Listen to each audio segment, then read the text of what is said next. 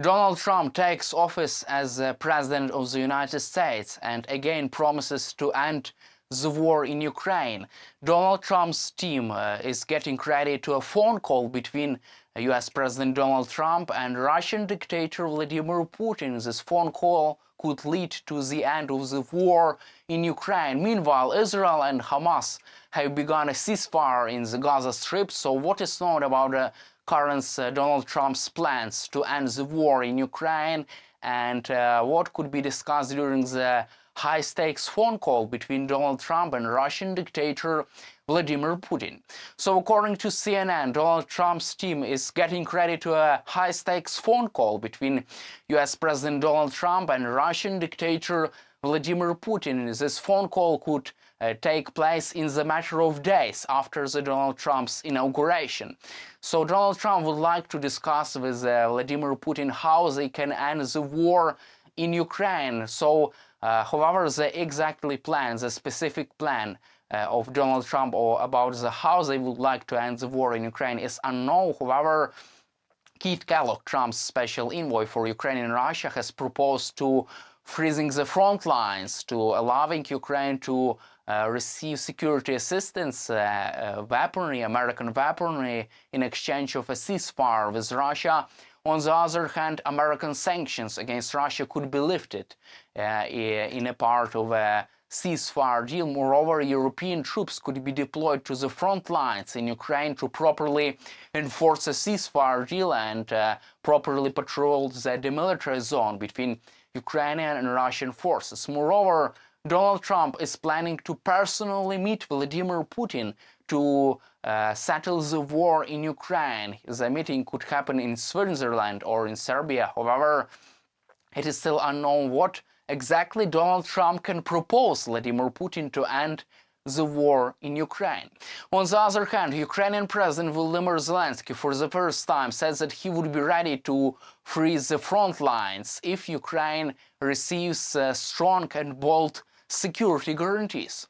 So according to Ukrainian President Volodymyr Zelenskyy, Ukraine is ready for a ceasefire, but in case of Ukraine getting serious security guarantees from the United States, and these security guarantees could include promises from Donald Trump to continue to sending military aid to Ukraine. This could be the term for Ukraine for a ceasefire. On the other hand, Russian dictator Vladimir Putin still continues his war against Ukraine, and it seems like he would not like to have a ceasefire right now. However, according to President Zelenskyy, Donald Trump is the only person in the world who can persuade Vladimir Putin to stop this war against Ukraine. He can threaten Vladimir Putin with increasing military aid for Ukraine and with imposing another more tougher sanctions against the Russian economy. That's how Donald Trump can end this war in Ukraine and can persuade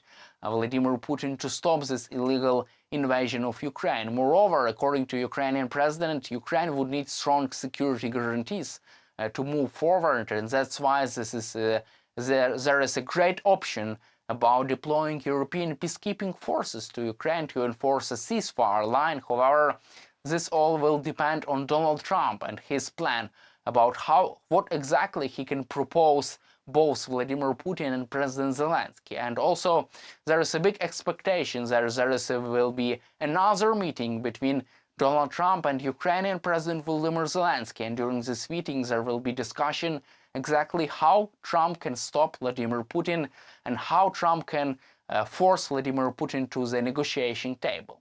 At the same time, Times reported that victory of Ukraine was not included in President Biden's goals on Ukraine. So US President Joe Biden did not want Ukraine to win this war. He just wants Ukraine to survive as a sovereign country. This has been stated in the recent Times publication.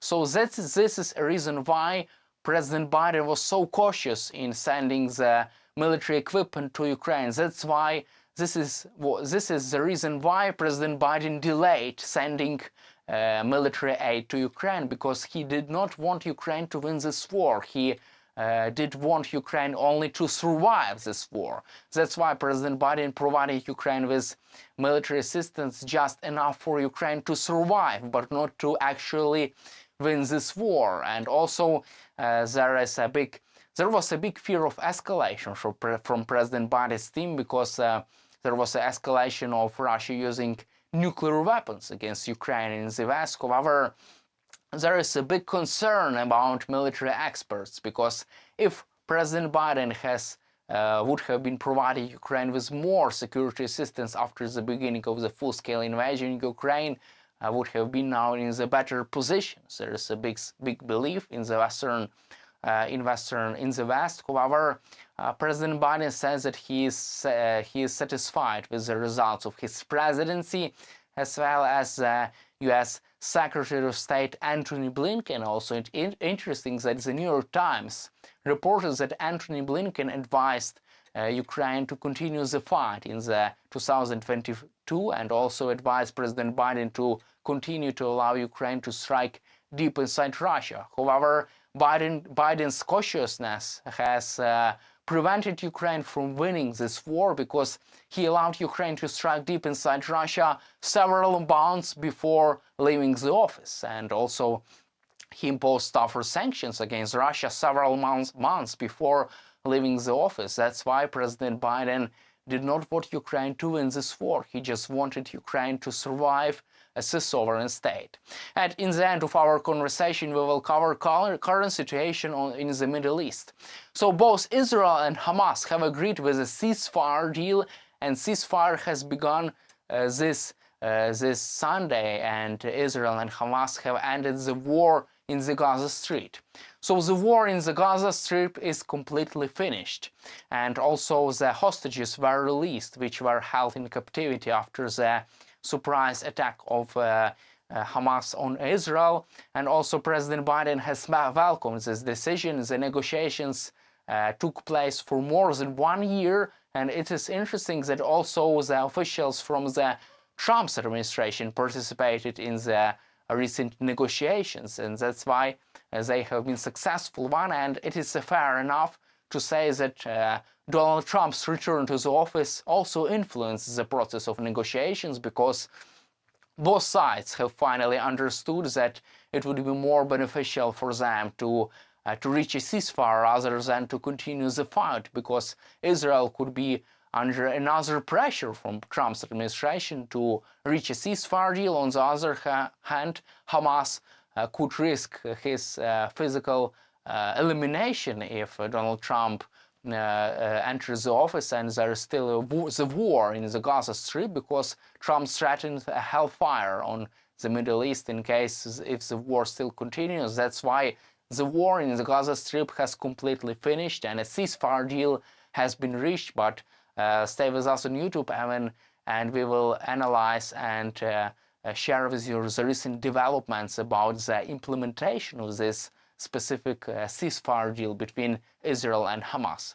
That's all for today. Subscribe to our YouTube channel, stay with us on YouTube, and glory to Ukraine.